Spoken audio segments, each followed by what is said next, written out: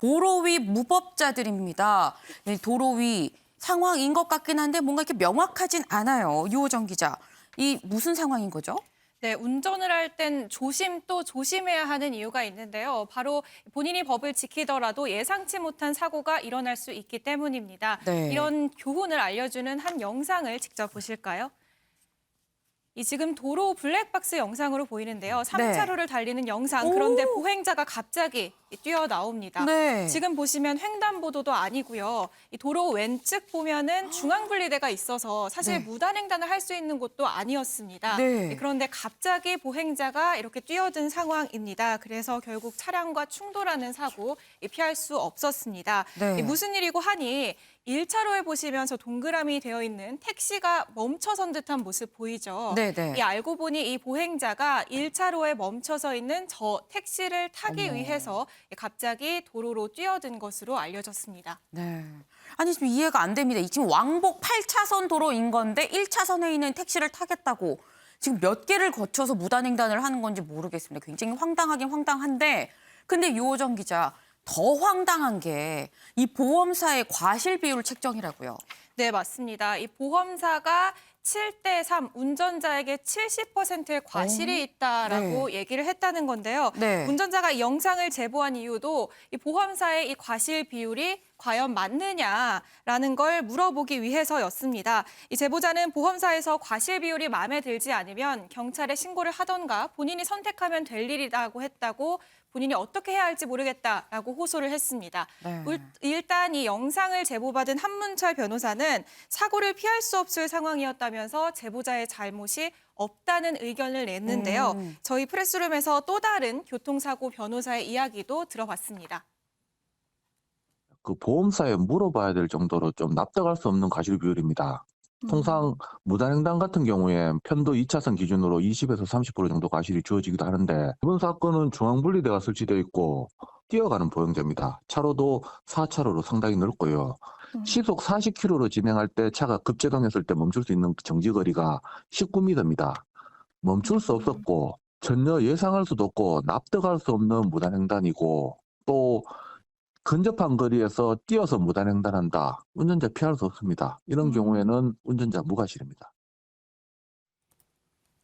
네, 지금 이 상황을 봤을 때 아마도 보행자가 갑자기 뛰어들었기 때문에 네. 아마 운전자가 피할 수 있는 방법은 없었을 거다라는 게 이 전문가들의 공통된 의견입니다. 이 차로 보면은 점선 두세 개가 약 10에서 15m 정도 되거든요. 네. 그런데 지금 운전자가 뛰어나오는 이 상황부터 차량까지의 거리가 이미 한 15m 정도로 좁아진 상황이기 때문에 여기서 급브레이크를 밟는다고 하더라도 사고는 피할 수 없었을 것으로 보인다라는 의견이고요. 이 때문에 운전자의 과실이 없다는 게 전문가들의 공통된 의견이었습니다. 네, 이 100대 0으로 운전자 과실이 없는 상황이다라는 얘기인 겁니다.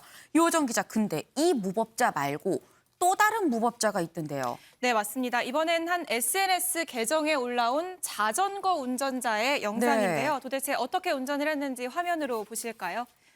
네, 이번에도 차량 블랙박스입니다. 그런데 바로 앞에서 자전거가 달리고 있죠. 그런데 네. 옆에 차량 보면 싱싱 달립니다. 자전거가 느려도 너무 느립니다. 지금 이 자전거가 달리고 있는 이곳, 바로 제한 속도가 80km에 달하는 강변북로.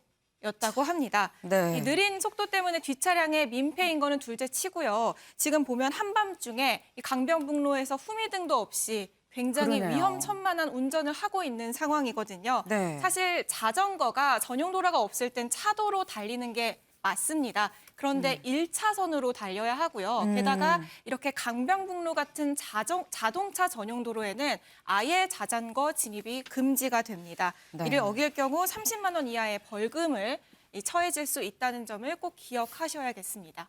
네, 상당히 황당함에 약간 극치다라는 생각이 드는데, 근데 이거는 다른 사람한테도 위험하지만 이 본인, 뭐 자전거든 이 보행자든 본인한테도 굉장히 지금 위험한 그런 상황인 겁니다. 지금 뭐 목숨을 내놓고 자전거를 타고 택시를 타려고 하는 지금 그런 상황인 건데, 소종섭 위원님, 이 도로 위 무법자들이라고 하기엔 좀 표현이 부족해 보입니다. 민폐 무법자 같아요. 대단히 위험한 거죠. 뭐 네. 본인도 아까 강변북로 같은 경우는 사실 보통 이제 차량의 속도가 한 60에서 80 그 정도 속도로 이제 강변북로를 많이 다니게 되는데 네. 더군다나 야간에 저런 자전거 그러면 이게 거리가 보통 그냥 운전자들은 그 정도 속도로 가니까 간다고 예상하고 가는데 앞에 맞아요.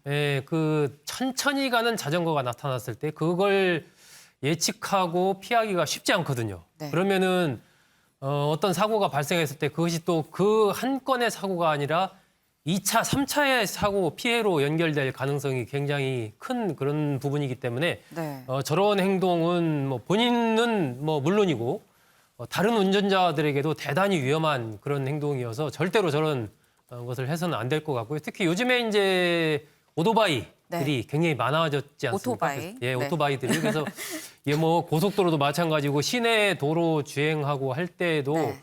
굉장히 그런 부분에서도 좀 운전자들 또 오토바이 운전자들 굉장히 좀 주의를 해야 될 거고 이것은 어떻게 보면 기본적인 부분이고 타인에 대한 뭐 배려 이런 걸 떠나서 기본적으로 지켜야 되는 부분들이거든요. 네.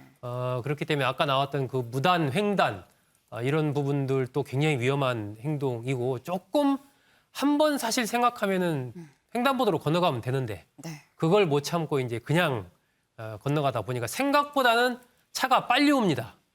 우리가 건너갈 수 있을 것 같다고 생각은 하지만 뛰어가는 것보다는 차가 훨씬 빨리 오거든요. 그렇죠. 그래서 절대로 이 무단횡단 이런 부분도 좀 하시면 안 되겠습니다.